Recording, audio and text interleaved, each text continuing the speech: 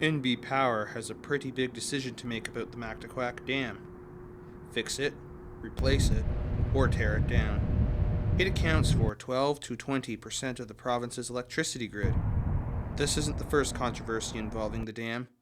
In fact, it was born in controversy. Thousands of people were displaced before the dam came online in 1968. It cost $100 million to build. Some wondered if it should have been built at all. Many acres of farmland and small settlements were flooded by the head pond. And actually, this was our old homestead right here. This was kind of at the top of the hill. And then, of course, they didn't expropriate this side of the road, but they expropriated the house and the barns and whatever was down on this side. Larry Jewett is president of the Friends of Mactaquac Lake. And in our family, my father wasn't that old. We moved to a much better farm and so on, and it just the way the formulas worked out, he got a fair price for his property. A lot of people didn't get a fair price for the property. There's no question about it.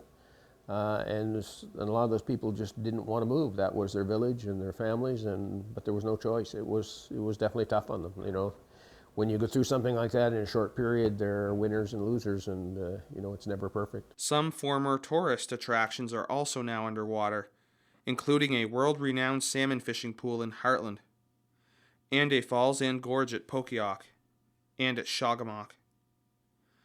Not to mention Island Park in Woodstock, where the park facilities were located, but they're now on the mainland, and the island underwater. But the dam's head pond also provides benefits for tourism and the economy. King's Landing Historical Settlement was created because the land where its buildings used to be was flooded. And the town of Mactaquac was formed partly by homes moved from nearby communities. There's also Mactaquac Provincial Park, and a marina, which Jewett owns. He also builds and rents houseboats. So it's a big part of our economy, and it's a good economy. It's not heavy industry, and even the dam itself. It's as I said before, it has no smokestack. We kind of like having a factory in our community that has no smokestack. The dam is also a key transportation link between busy roads on both sides of the river. But the dam got too old too fast. It has to be decommissioned almost 40 years early. An alkali aggregate reaction in the concrete means the dam shifts and expands. It has caused equipment to move slightly. Cracks in the floor have been patched too. It also affects the way the turbines and generating station function. An alkali aggregate reaction is when the concrete paste reacts with the sand and gravel mix used to make the concrete.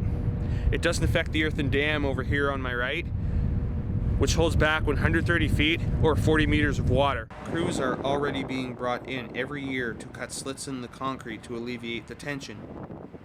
Brent Corey is an NB Power engineer.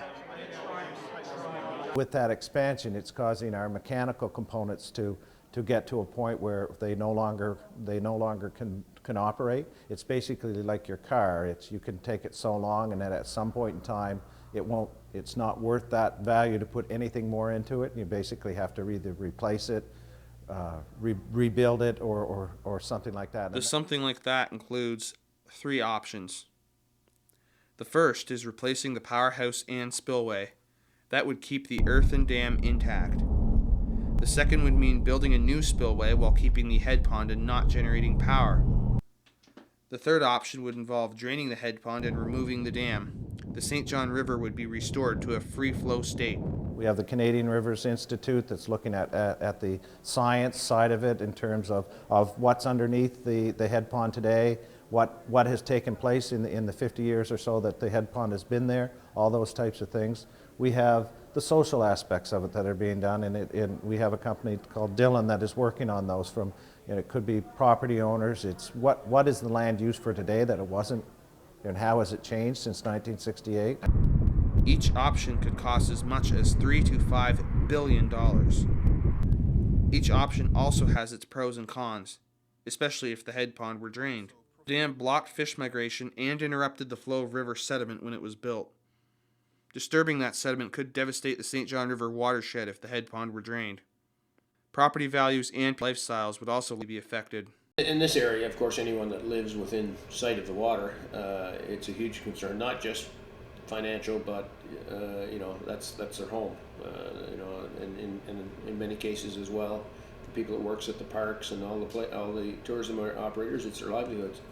Kelly Bronson teaches science and technology at St. Thomas University in Fredericton. She's a consultant on the Mactaquac project. Her role is mostly process-oriented. She initially favored keeping the dam and head pond intact, but now she's not so sure. It turns out that on every value component, a myriad of consequences, right? Economic, social, environmental are raised. And so the trick in making the final decision for MP Power is going to be trying to weight those consequences, right? Weight those the aspects, right? Environmental aspects. How important are those as they ought to figure into the final decision? How important are the social, right, aspects? How important are the economic aspects like stability, energy stability in the province and self-sufficiency?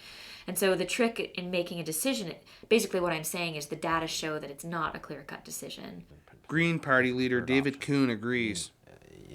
On the economic side, you can't do it at any cost. That's not responsible. That's, for example, in thinking about one of the big issues is its impact on fish passage, without knowing what kind of options they've got for significantly improving or providing fish passage. Again, how do you weigh those options? Jewett said there's more consultation now than there was when the dam was built. I think today they would never approach it in the manner they did then. That was the way government did things then. There wasn't a lot of consultation. Government decided and off they went. Today it's much more open, much more public input. It's a completely different situation. Bronson thinks this is due to the hardship caused by displacing people back then. I can't help but think that part of the current approach is informed by the disaster, really, of the previous approach, right? The sort of disastrous social consequences of people being displaced. And yeah, it seems like it was really devastating for lots of people. And so you can't help but think that that's partly why NB Power this time is wanting to do things differently. It's also the case that times have changed. NB Power officials say there are more public consultation sessions planned for May. There's also a new discussion paper on the utility's website. NB Power's decision on its preferred option for the dam is expected later this year. The dam is projected to last until 2030. For St. Thomas Journalism, I'm Nathan DeLong.